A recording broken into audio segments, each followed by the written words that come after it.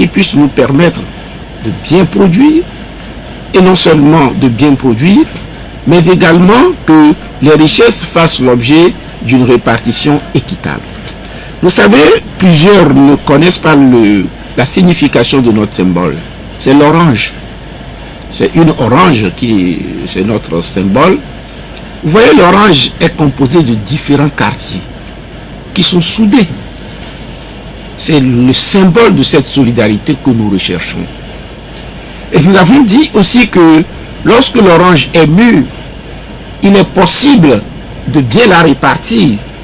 Voilà. Ça, c'est la répartition équitable des richesses que, ensemble, nous devons produire. Je crois que c'est ce qui explique que nous ayons choisi l'orange comme le symbole véritablement de notre philosophie politique. Oui. Voilà. Alors, professeur, ça fait quand même un bout de temps que le PSR est donc sur la place politique au Togo. Et quelles sont les difficultés auxquelles vous êtes confrontés et quel bilan pouvez-vous nous faire de l'année 2023? Nos difficultés sont nombreuses. On ne va pas se le cacher.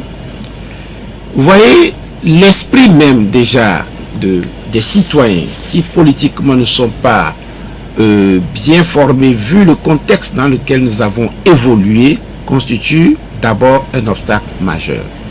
Nous le disons parce que pour l'instant, on croit quand même que ça évolue, mais lentement. Les votes ne sont pas souvent réalisés sur la base de la pertinence des programmes politiques, des projets politiques. Les critères de choix sont parfois ailleurs. Ce qui fait que parfois, quand vous prêchez, je dis quand vous prêchez, en tout cas vous prenez votre idéologie politique, les gens ne l'écoutent pas très bien. Finalement, les questions que les gens vous posent, oui, qu'est-ce que vous nous donnez? Vous voyez, je me rappelle un proverbe que un citoyen m'a une fois donné, un sac vide ne tient pas debout. Vous voyez, un sac vide ne tient pas debout. Il faut mettre quelque chose dans le sac pour qu'il puisse tenir debout. Donc vous voyez dans ces conditions que ce ne sont pas les programmes qui sont prioritaires, mais ce que vous donnerez peut-être directement. Or, et cela rejoint le second problème, nos difficultés financières, matérielles sont réelles. Oui. Et les militants ne cotisent pas. Les militants ne cotisent pas. Donc vous voyez, face aux citoyens qui attendent de vous des gestes sur le plan financier ou matériel, aux militants qui ne cotisent pas, et malgré la pertinence de vos projets de société, de ce que vous dites, et ça passe en quelque sorte en second rang. D'où la nécessité de continuer cette éducation, cette formation. Nous savons que les difficultés sont réelles, et ce n'est pas parce que les choses sont difficiles que nous n'allons pas oser. Il faut oser continuer, et tout en espérant que les lignes finiront par bouger. Oui. Alors finalement, qu'est-ce qu'on peut retenir de l'année 2023 au crédit du PSR? Non, et quelle est votre expérience? Voilà. Nous continuons ce travail de fourmi, comme disons ce travail de fourmi, de formation, d'éducation, de sensibilisation, et espérons que cela produira ses effets tôt ou tard. Et là où nous, en tant qu'individus, n'aurons pas réussi, ceux qui prendront la relève du parti vont poursuivre, parce que notre conviction, c'est que nous ne pourrons pas construire un Togo viable, on va dire, un Togo sérieusement viable, sans passer par les valeurs que nous prenons et ces enseignements. Vous savez, nous sommes dans un monde de concurrence. Autant il existe des concurrences entre les individus, autant il y a des concurrences entre les États. Notre pays est dans une situation de concurrence dans le monde. Et pour que nous puissions également être compétitifs, nous devons mettre en œuvre ces valeurs qui nous permettront d'abord de mieux vivre et de pouvoir nous défendre sur le plan international. Voilà. Alors, professeur, vous le savez, il y a des critiques qui s'élèvent de plus en plus contre l'opposition relativement à son fonctionnement. Alors, que doit changer, à votre avis, aujourd'hui, l'opposition dans son combat afin de ne plus être abonné aux échecs? savez, le contexte même de la lutte est difficile.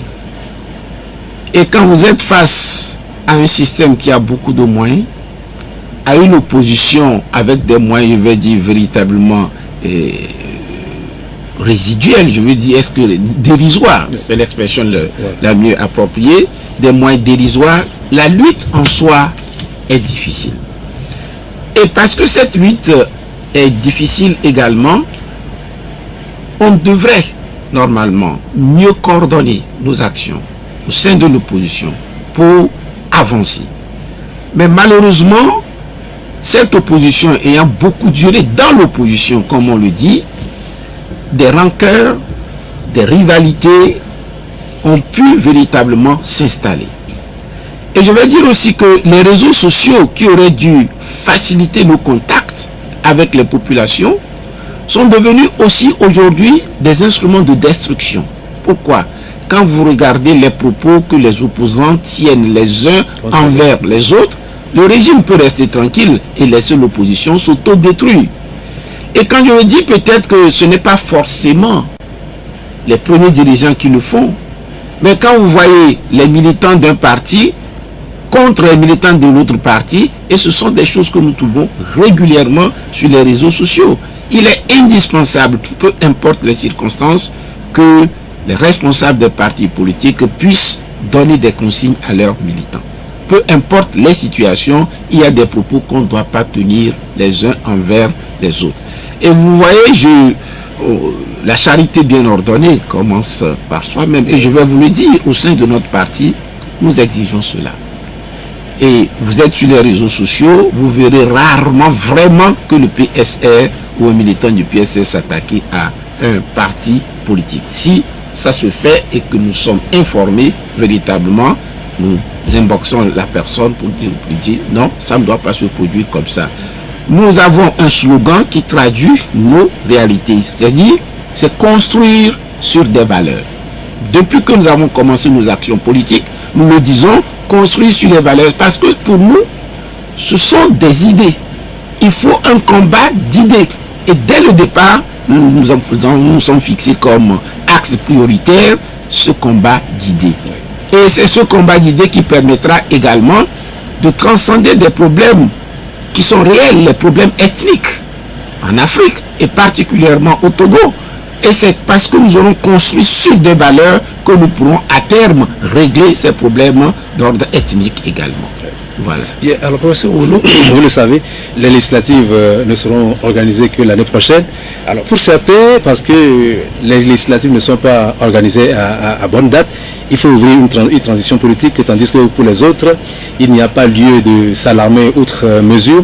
La Constitution prévoit que les députés restent en place jusqu'à l'élection de nouveaux députés. Alors, pour vous, en tant que spécialiste du droit, quelle est votre lecture de cette situation? Oui, très souvent, en politique, lorsqu'il s'agit d'interpréter les textes, chacun essaie de tirer les choses de son côté. Oui. Pour parler franchement, relativement aux dispositions de la Constitution qui voudrait que les députés restent en place jusqu'aux prochaines élections, je crois que c'est nécessairement dans les cas où il y aurait eu une crise et qu'on n'a pas pu organiser les élections dans les délais. Oui. Pourquoi? Parce que si on ne le comprend pas comme ça, cela ouvrirait une porte à des dérives, en ce sens que celui qui est en place peut proroger d'1 an, 2 ans, 3 ans, tout en disant que dans tous les cas, les mandats se poursuivent tant qu'on ne met pas en place. Voilà. Ce qui voudrait donc dire que les mandats deviendraient élastiques et donc ce qui anéantirait les exigences même constitutionnelles où les mandats sont limités. De sorte que le recours à ce texte ne devrait se faire que dans des situations exceptionnelles de crise. Et honnêtement, il est peu probable qu'on puisse dire aujourd'hui que nous sommes dans ces situations exceptionnelles de crise. C'est vrai, nous faisons face aujourd'hui au terrorisme dans une partie du territoire, mais je ne suis pas sûr que cela puisse justifier véritablement que nous n'ayons pas pu organiser les élections à temps. Oui. Maintenant, Est-ce à dire qu'il faudrait pour cela ouvrir une véritable transition? Je laisse chacun apprécier, et tout en disant que le plus important, c'est que nous puissions organiser ces élections dans des conditions qui permettent d'éviter des contestations. Et je crois que les discussions en cours au niveau du cadre de CPC, oui, nous avons soulevé ces problèmes. Les problèmes qui peuvent se rapporter au fichier, il faut les régler. Et les problèmes d'organisation de ces questions de coupage, il faut les régler. Justement, professeur. On va y arriver peut-être. Et il y a une question que nous avons soulevée pendant longtemps, et le pouvoir, en tout cas, on ne semble pas nous écouter, parce que nous avons dit que le recensement se fait aujourd'hui de façon biométrique. Il faut en arriver à un moment au système où le vote sera également biométrique, de sorte à éviter un certain nombre de fraudes. Oui. Aujourd'hui, il faut prendre le temps nécessaire, il faut chercher les équipements nécessaires pour qu'on en arrive à ce vote, pour régler beaucoup de problèmes. Oui. Aujourd'hui, beaucoup se demandent, est-ce qu'en Afrique, le vote a encore un sens? Donc, il faut vraiment qu'on puisse dépasser ces étapes. Alors, le cadre permanent de concertation, CPC, que vous évoquiez il y a un instant, a tenu la semaine passée sa 13e réunion, si je m'abuse. Alors, vous savez, certains partis, ne siégeant pas au CPC, demandent que ce cadre soit réformé afin d'être plus inclusif. Alors, comprenez-vous cette demande? Vous savez, à ma connaissance, les critères qui ont été pris en compte pour l'élaboration, bien pour la sélection des formations qui devraient participer au CPC, ce sont les formations politiques, si mes souvenirs sont exacts, qui ont participé à une au moins des 3 dernières élections. Et je crois que c'est un critère suffisamment inclusif. Cependant, en raison des difficultés politiques que nous avons connues, certaines formations politiques donc ont posé comme préalable la résolution d'un certain nombre de problèmes avant qu'ils n'y viennent. Je ne crois pas que ce soit le critère qui soit peut-être exclusif, qui ne permette pas d'inclure beaucoup d'autres personnes, mais ce sont ces problèmes-là. Donc, s'il faut peut-être rendre le cadre plus inclusif, c'est de faire des démarches envers ces formations politiques qui, quand bien même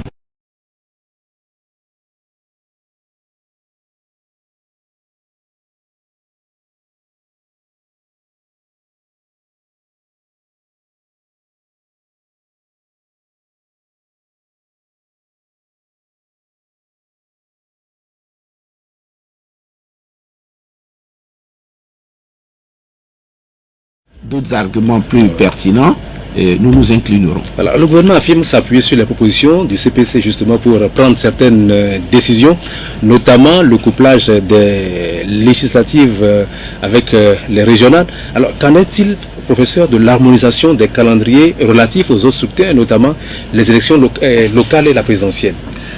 Vous voyez, cette question a été débattue, il y a eu plusieurs propositions. Et à la dernière réunion, je n'y étais pas parce que j'étais pris pour des obligations professionnelles en dehors de Lomé. Et je sais que les débats ont pu se poursuivre également. Parce que plusieurs propositions étaient faites. Il a été même suggéré que les élections régionales puissent être couplées plutôt avec les élections locales et municipales. Oui. Et cela me paraît peut-être plus cohérent.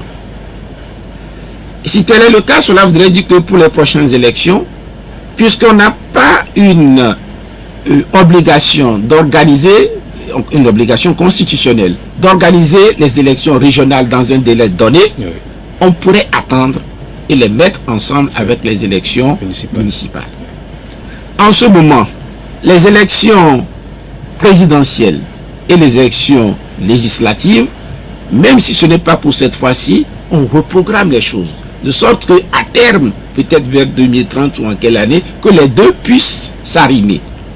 Au point que finalement, on diminue le nombre de consultations donc, électorales.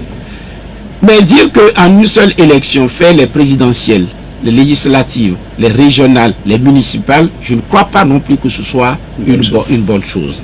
Donc on pourrait les regrouper de sorte que les régionales marchent avec les municipales et que l'élection présidentielle à terme puisse marcher également avec l'élection législative.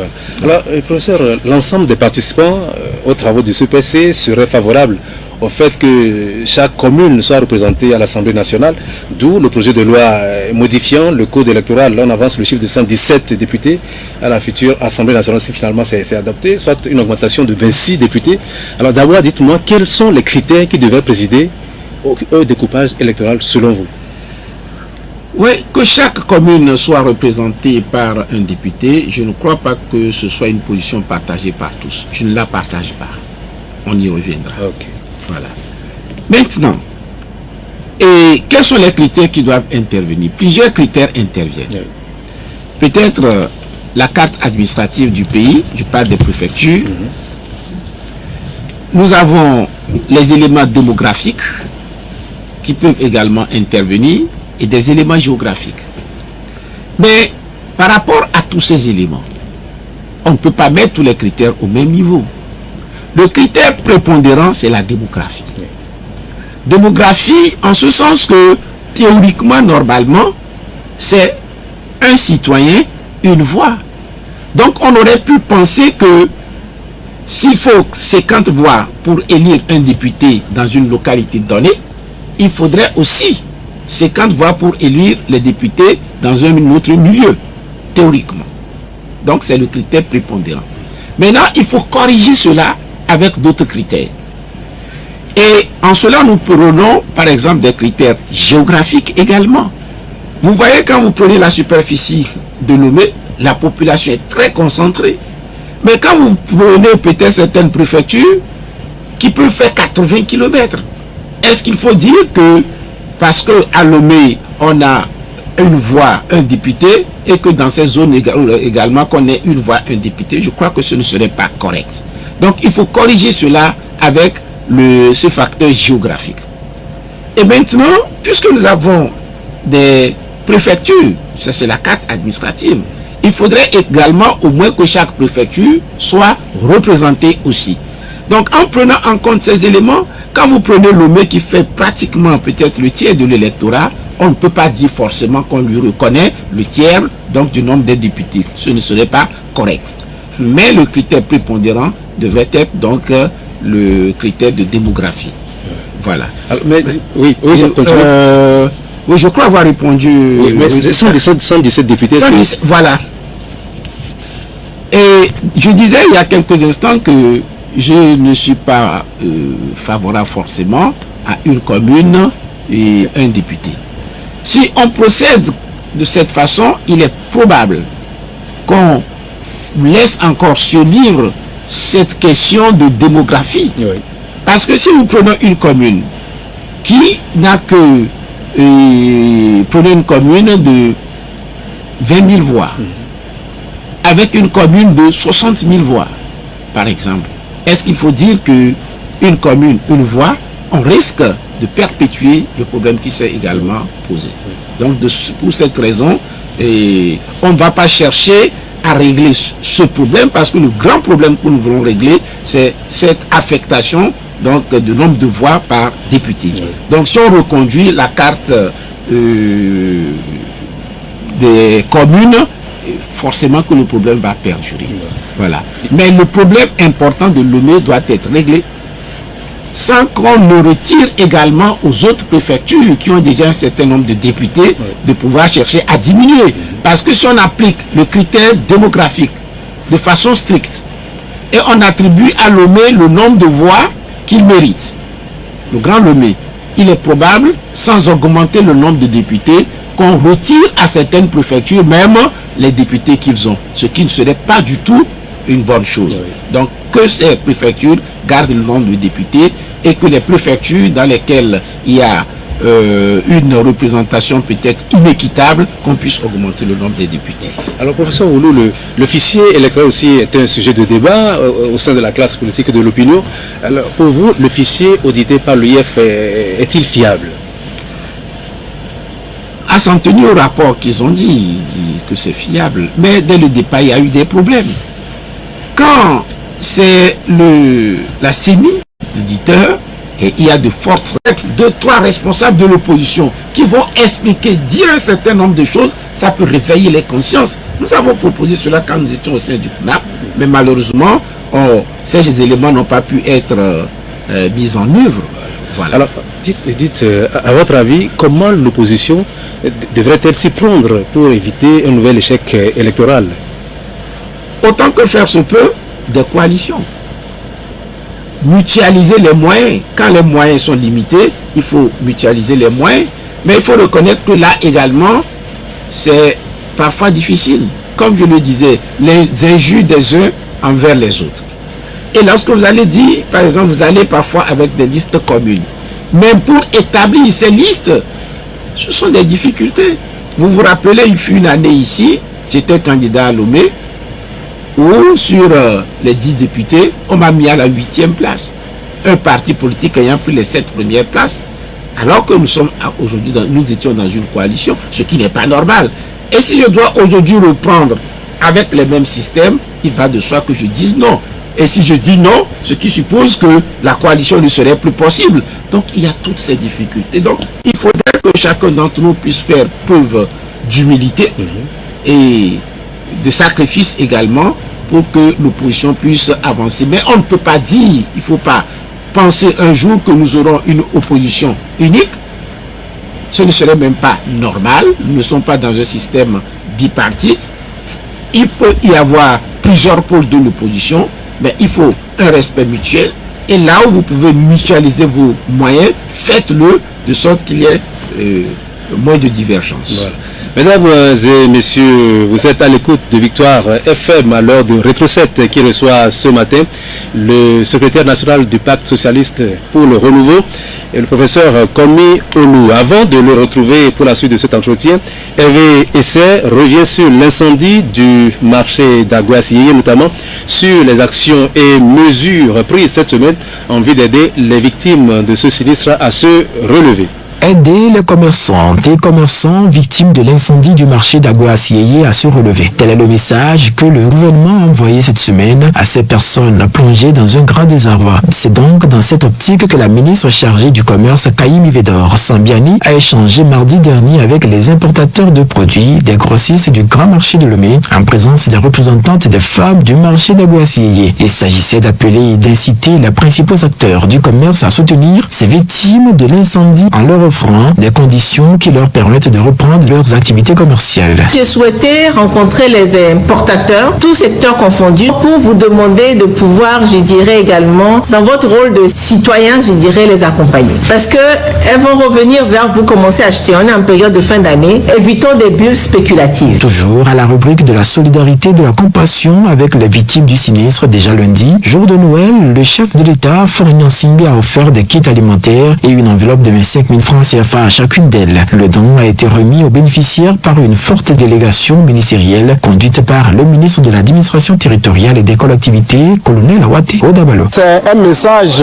de solidarité de la part du président de la République, de réconfort que le chef de l'État nous a envoyé de porter, surtout de les rassurer de sa disponibilité à les accompagner afin de trouver les solutions nécessaires à leur relèvement pour qu'ils puissent continuer donc leurs activités. Ce don présidentiel a été apprécié par les bénéficiaires qui ont tenu à exprimer leur reconnaissance aux donateurs.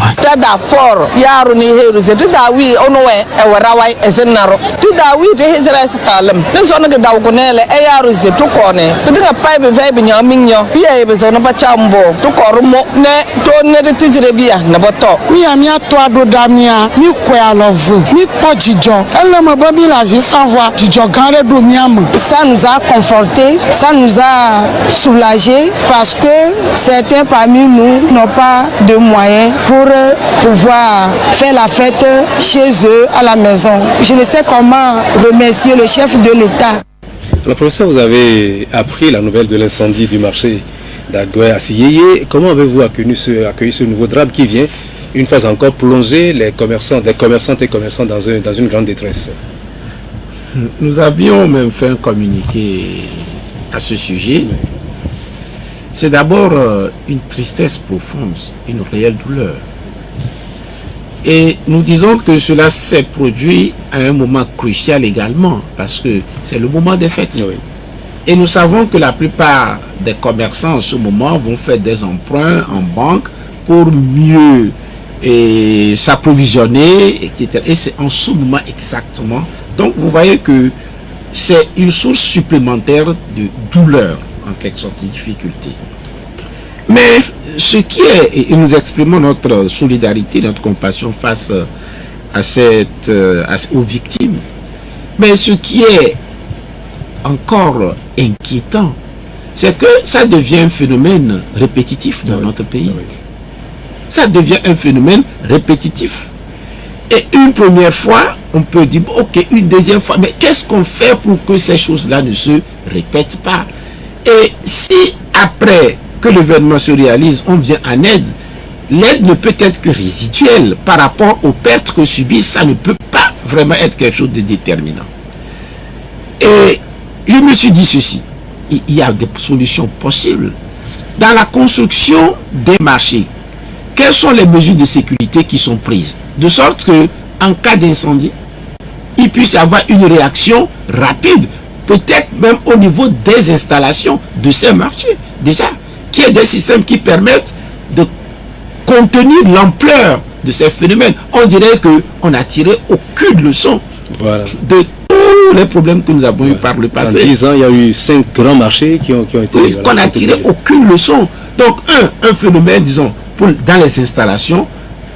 Ensuite, qu'on puisse les contenir. Mais on aurait pu penser également à un système de prévoyance par rapport à une sorte d'assurance, de mettre en œuvre des cotisations peut-être mensuelles, symboliques, sur plusieurs années, et de sorte qu'on puisse éventuellement dédommager, considérer cela comme un sinistre d'ampleur et pouvoir dédommager les victimes. Et je crois que ce sont de réelles pistes de réflexion à mettre en jeu. 1, dans la construction des marchés.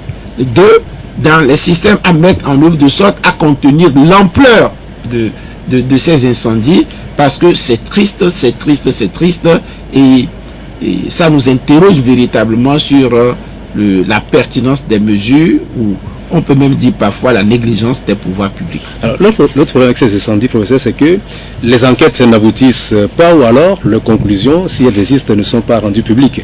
Alors des voix se sont élevées pour exiger cette fois-ci une enquête indépendante afin de faire toute la lumière donc sur cet incendie. Est-ce que vous comprenez cette demande?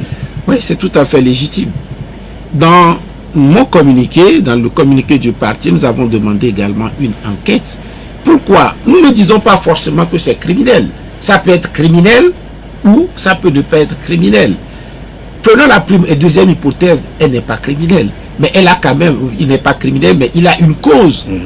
Et s'il a une cause, pour pouvoir l'éviter dans l'avenir, il faut connaître la cause. Et pouvoir lutter contre ces causes. Comment les matières sont entreposées, et que quand il y a une source, je vais dire de flamme, non loin peut-être des produits inflammables, bien évidemment, la conséquence est qu'il suffit qu'il y ait l'étincelle et comme donc, il faut une enquête sérieuse de sorte à éviter cela. Mais si c'est criminel, il faut identifier les auteurs et pouvoir les poursuivre. Voilà. Alors, des mesures sont annoncées, des initiatives prises pour relever les personnes victimes donc, de cet incendie. Et puis, pour aider ces personnes, tout à l'heure on l'a suivi, le chef de l'État a fait un don de vivres et une enveloppe pour chaque victime. Alors, quelle est votre appréciation du mouvement de solidarité en faveur de ces femmes? Et je l'ai dit, le mouvement de solidarité, sur le principe, un mouvement de solidarité sera bien accueilli. Mais quand vous voyez, je crois, si je ne me trompe pas, c'est 25 000, c'est ça, 25 000 par personne, vous constatez vous-même que c'est très insignifiant. Très insignifiant. Est-ce que des moyens sont disponibles?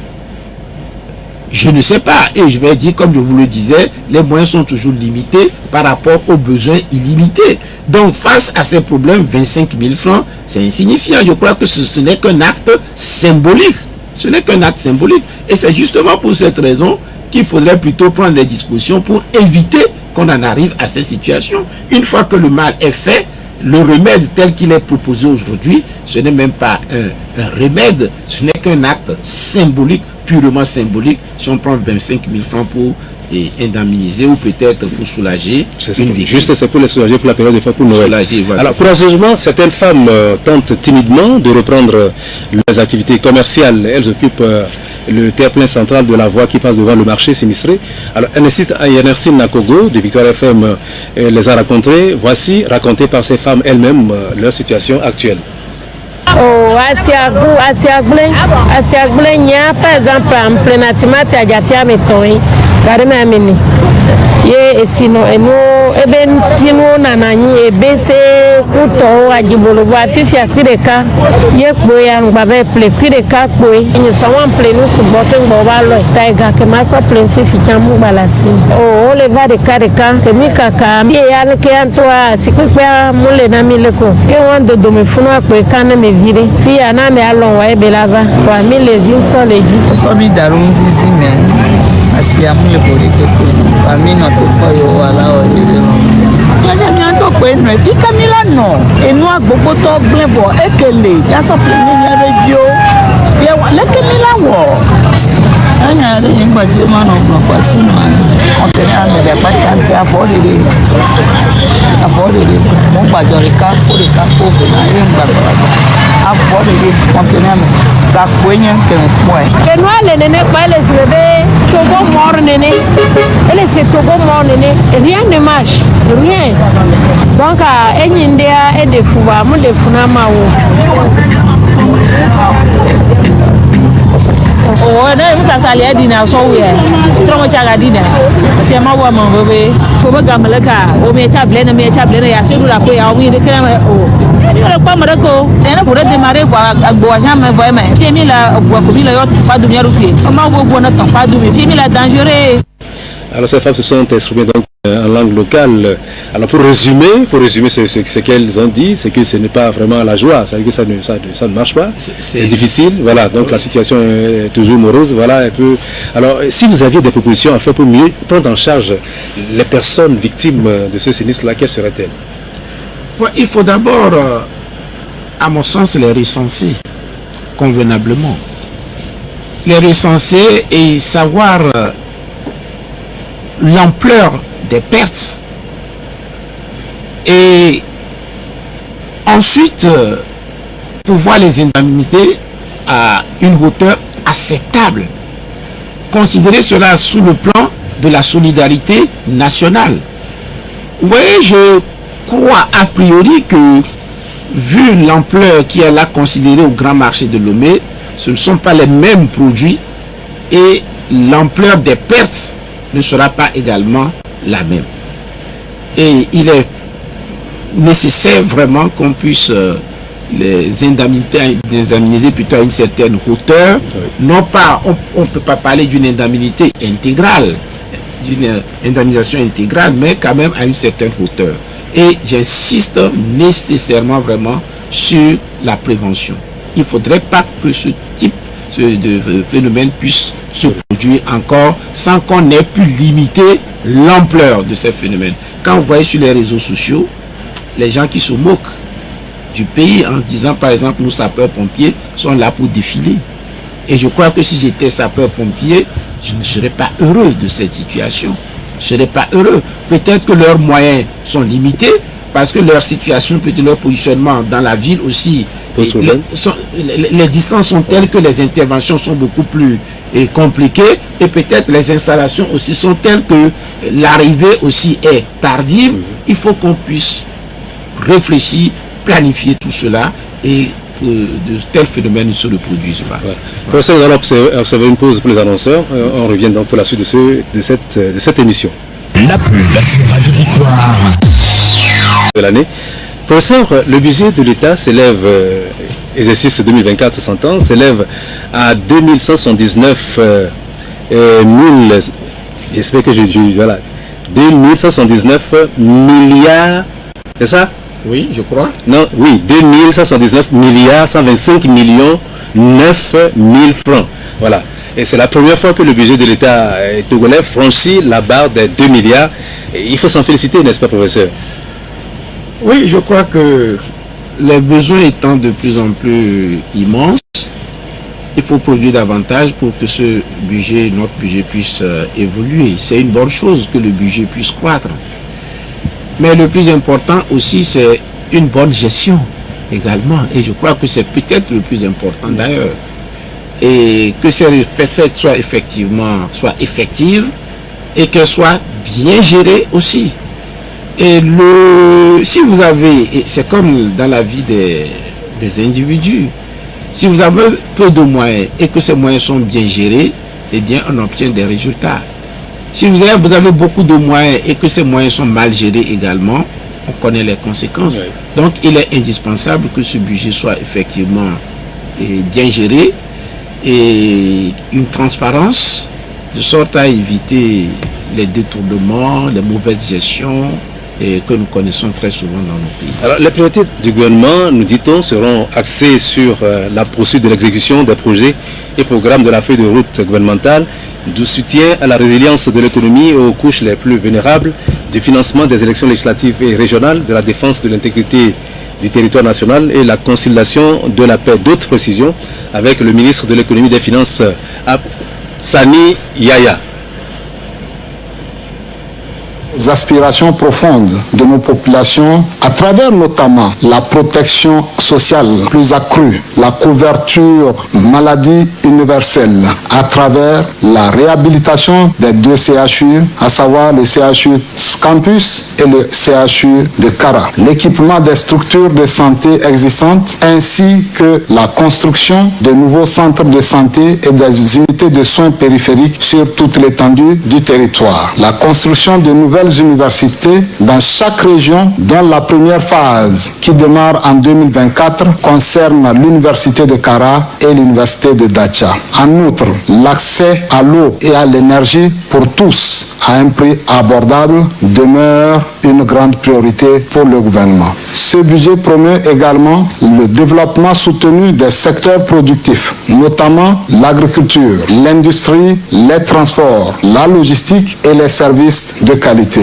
En outre, le budget 2024 prend en compte les besoins visant le renforcement de l'État et ses structures à travers la modernisation de notre économie par la digitalisation dans tous les secteurs de notre économie. Il prend surtout en compte les défis sécuritaires, notamment l'équipement et les dotations des dépenses de fonctionnement des forces de défense et de sécurité afin de leur donner des moyens appropriés pour la protection de notre pays. Enfin, ce budget prend en compte les besoins liés à l'organisation apaisée des élections législatives et régionales en 2024. Voilà donc, professeur, un peu les priorités de ce budget 2024 qui est déroulé par le ministre de l'économie et des finances, Sani Yaya. Est-ce que vous voyez d'autres priorités et qu'est-ce que vous en pensez? Non, tout ce qu'il a dit, je crois, ramasse tous les problèmes de notre pays, pourvu que ce ne soit pas des priorités permanentes, en quelque sorte, en ce sens que ce que l'on dit et ce que l'on fait, qu'il n'y ait pas un écart, parce que quand vous voyez les problèmes qui sont posés aujourd'hui dans notre pays que nous connaissons, ce sont des problèmes qui existent il y a plus de 10 ans déjà que ces problèmes existent. Et je dis parfois, on peut faire des pas, les pas sont si petits que on a l'impression qu'on ne bouge pas. Parce que beaucoup de ces problèmes qui sont évoqués aujourd'hui, qui sont une priorité, sont des problèmes qui existaient depuis longtemps, très longtemps déjà. Donc, il faudrait vraiment qu'on puisse avancer. Donc, tous les problèmes qu'ils ont énumérés sont des problèmes réels.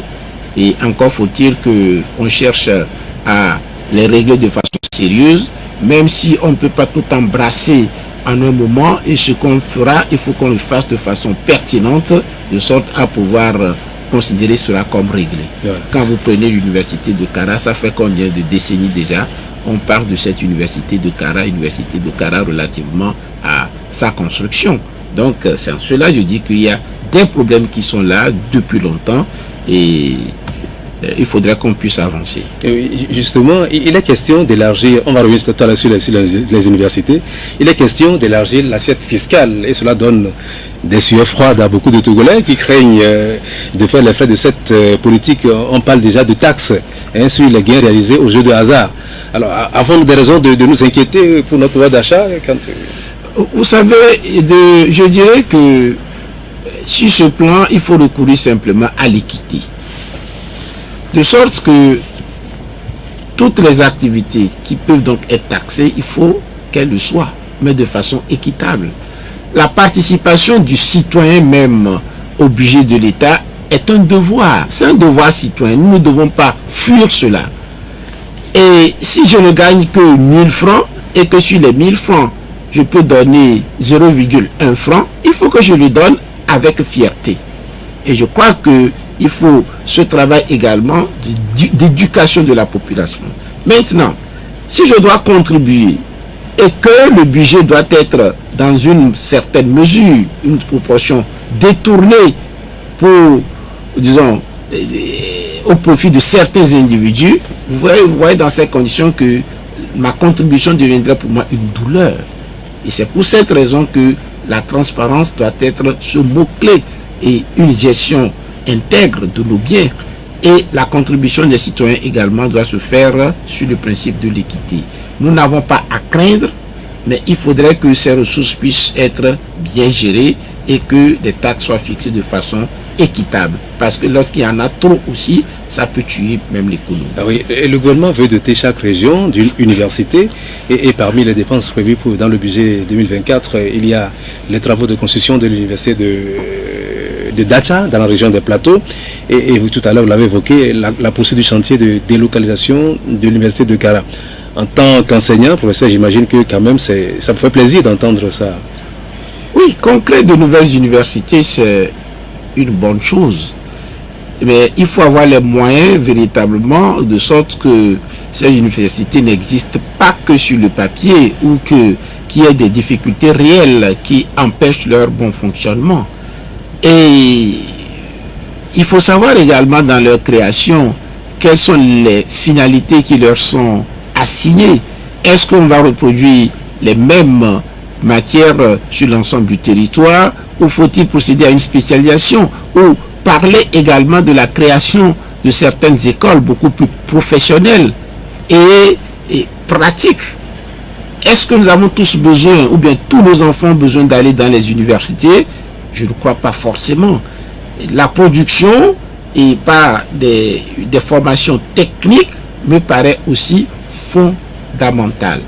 Et aujourd'hui, quand vous regardez, je déplore souvent ces situations, beaucoup de nos artisans ne sont pas suffisamment qualifiés. Le travail qui est fait de façon approximative, vous prenez nos mécaniciens, vous prenez au niveau de nos couturiers, etc. Ce sont beaucoup d'entre eux travaillent de façon approximative.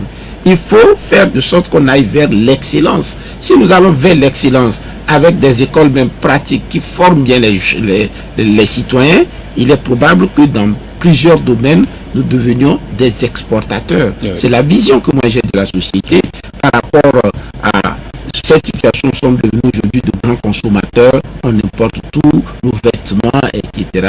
Il faut tout faire pour inverser le sens. Voilà. Alors, professeur Olou, avant de passer à l'actualité internationale, je ne sais pas si on en aura le temps, alors, je vais vous soumettre une série de questions en relation avec l'année 2023 qui finit dans un peu plus de 24 heures. Première question, selon vous, l'année 2023 peut-elle considérée comme une bonne année pour le Togo? Difficile à dire. Difficile à dire. Vous savez, ces questions de sécurité auxquelles nous avons été confrontés, et ce sont des choses de douleur. Nous avons perdu beaucoup de citoyens au front. Et des déplacements donc des populations également suite à ces phénomènes. Et il est difficile qu'on dise que c'est une bonne année. Oui. Mais peut-être qu'il a aussi dit ailleurs. C'est la réalité. Peut-être qu'il a pris d'ailleurs. Notre souhait simplement que 2024 soit meilleur par rapport à 2020. Alors, pour vous, quels sont les événements qui, selon vous, ont marqué la vie sociopolitique du Togo, en bien comme en mal cette année? En bien ou en mal au cours de cette année? Vous aviez choisi un ou quelques événements. L'événement douloureux auquel nous venons assister, vous l'avez vu, l'incendie du marché, qui est un événement douloureux. La perte de nos soldats sur le front, ce sont également des événements très douloureux. Et peut-être que ce ne sont pas les membres de nos familles directement qui sont atteints, mais lorsque quelqu'un tombe pour la patrie, et c'est une partie de nous-mêmes qui s'en va forcément, puisque c'est pour le bien commun que la personne est tombée. Et donc ce sont ces événements douloureux qui marquent l'année 2023. Donc prions pour que 2024 soit meilleur. Voilà. Maintenant, professeur, pour vous, quelle est la personnalité de l'année 2023 au Togo? Les journalistes sont mieux informés pour pouvoir le dire. Ce sont eux qui sont présents un peu partout.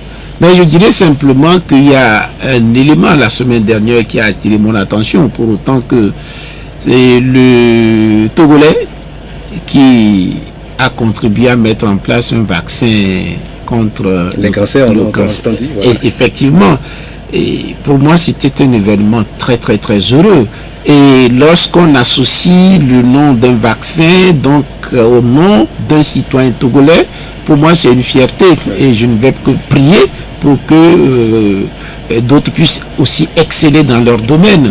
Vous voyez, quand on parle de ton pays en bien, et peu importe ce que tu en tires personnellement, tu peux ne rien en tirer personnellement, mais on ne peut qu'être heureux. Et félicitations à lui, et souhaitons que de tels événements se multiplient. Oui, alors les vœux du PSR pour l'année 2024, les vœux du PSR pour le Togo. Que le Togo puisse avancer. Vous savez, nous aurons toujours des difficultés, mais dans un élan de solidarité, dans un élan d'intégrité, que nous puissions ensemble avancer. Et vous savez, moi je crois fermement et je demande la grâce du Seigneur pour le pays. Parce que quand vous avez sa grâce, eh bien, beaucoup de choses peuvent se passer. Et j'y crois parce que la Bible même nous demande de prier pour le pays dans lequel nous sommes. Et ici, nous sommes ressortissants.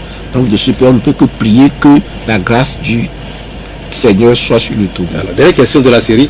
Alors, quand le chef de l'État va bientôt s'adresser, on espère qu'il va s'adresser, il va adresser ses vœux à la nation. Que souhaiteriez-vous l'entendre dire au peuple togolais?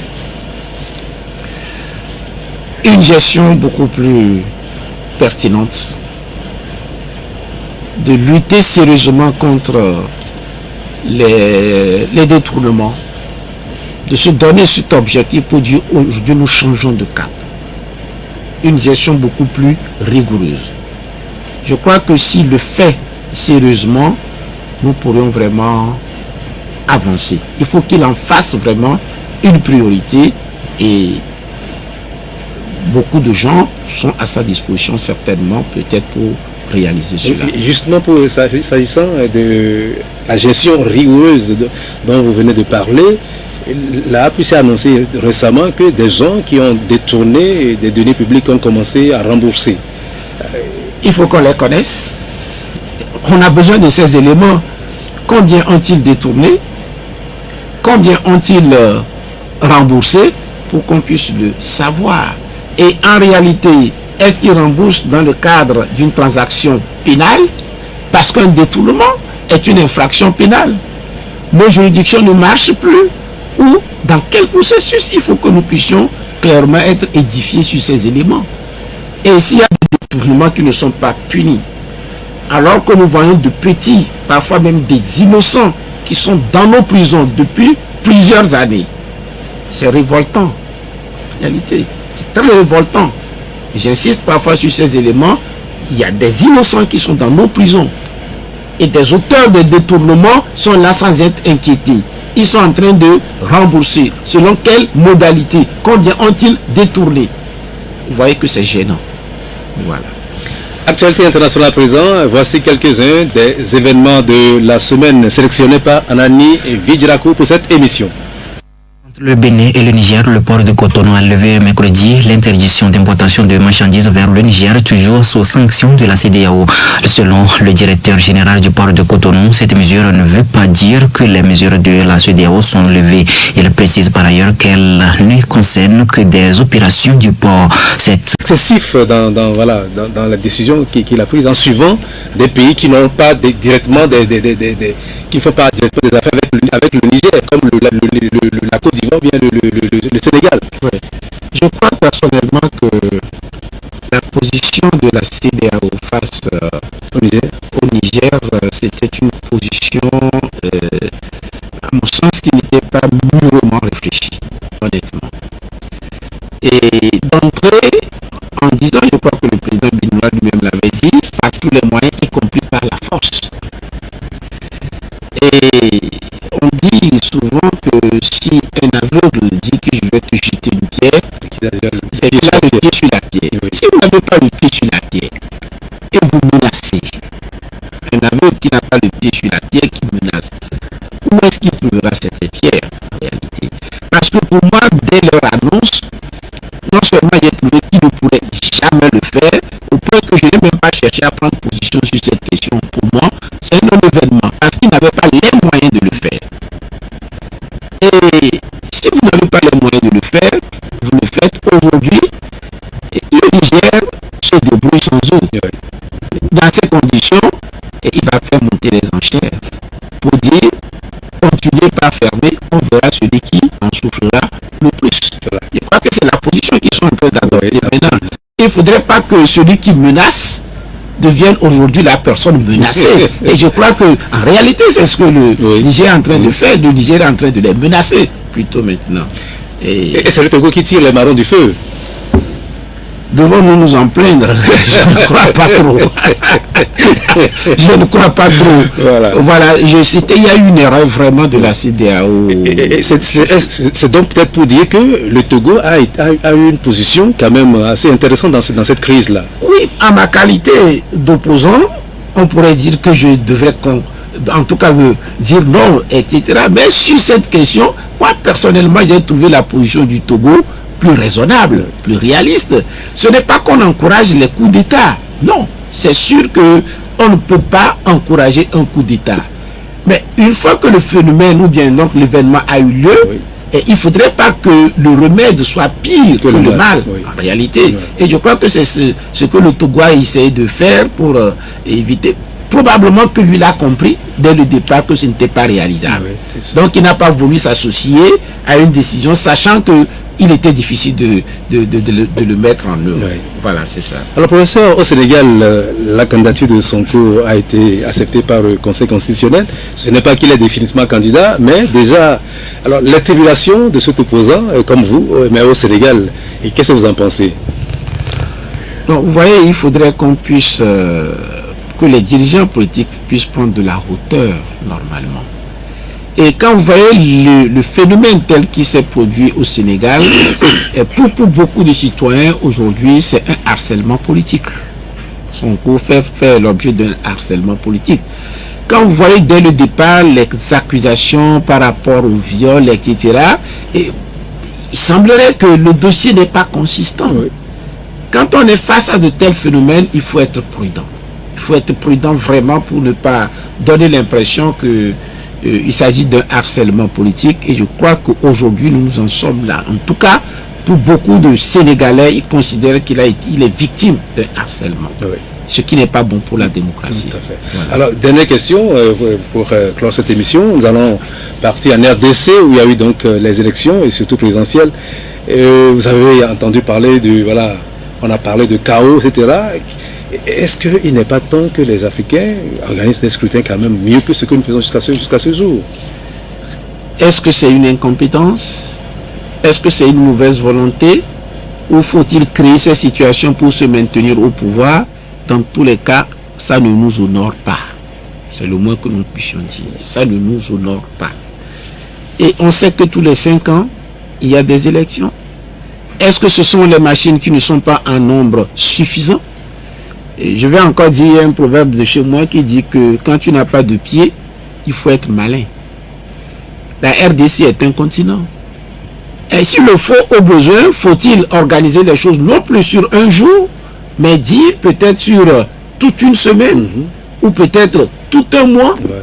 On prend cette région, on mobilise toutes les machines disponibles.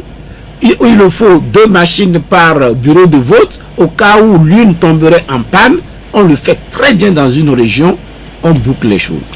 On va dans une autre région. Où faut-il chercher autant que faire se peut le nombre de machines nécessaires avec des surplus? Mais est-ce que les élections aujourd'hui, ou peut-être pas aujourd'hui, c'est ce qui permet de diriger, de désigner nos dirigeants, et qui soient légitimes et qui puissent parler en notre nom. D'autres semblent penser dire qu'il faut simplement, pas nécessaire de procéder aux élections, etc. Quel serait ce mode alternatif pour désigner nos dirigeants sans passer par les élections? Moi j'y pense, je ne trouve pas d'autres alternatives. Autant bien le faire, y mettre les moyens nécessaires, prendre le temps nécessaire, et que ce temps et que les moyens mis en œuvre et que les modalités fassent l'objet d'un consensus. Oui. C'est à discuter entre les acteurs politiques en disant est-ce qu'on ne peut pas le faire comme ça, on ne peut pas le faire comme ça. Dès lors qu'ils se mettent d'accord, ils peuvent le faire et donc aboutir à des solutions plus acceptables. La concertation, je crois que surtout dans nos pays, est une vertu politique cardinale. Il faut que nos dirigeants s'en servent. Voilà. Professeur, voilà, c'était la dernière question. Avant de vous laisser, est-ce que vous avez un mot de fin Vous dire infiniment merci à toute votre équipe et à travers vous, à tous les journalistes pour le travail que vous faites pour notre pays. Et une démocratie ne peut vivre sans vous. Merci. Donc infiniment merci pour ça. Et dire aux Togolais également, en attendant, les meilleurs vœux. Et que la paix du Seigneur soit donnée à chacun d'entre nous dans son cœur. Et que le Seigneur lui-même nous aide à surmonter nos difficultés. Et certainement que individuellement, d'autres ont eu des années très pénibles. Et c'est le seul consolateur qui peut les remonter. Donc, voilà. Infiniment merci pour tout. Voilà. Nous sommes au terme de cet entretien avec le secrétaire national du Pacte socialiste pour le renouveau, le professeur Komi Olu, que nous remercions pour avoir accepté de partager avec nous son analyse de l'actualité nationale et internationale. Je rappelle que Rétro 7 est rediffusé le dimanche à partir de 11h. Auditrices et auditeurs, soyez assurés de ma gratitude pour votre fidélité à Rétro 7 durant toute l'année 2023. Hervé Essé, Anani Vidjirako, le technicien Amin Amjoy, Allah et moi-même Dela Agbo. Nous vous présentons nos vœux les meilleurs pour l'année 2024. Excellent week-end à toutes et à tous et à l'année.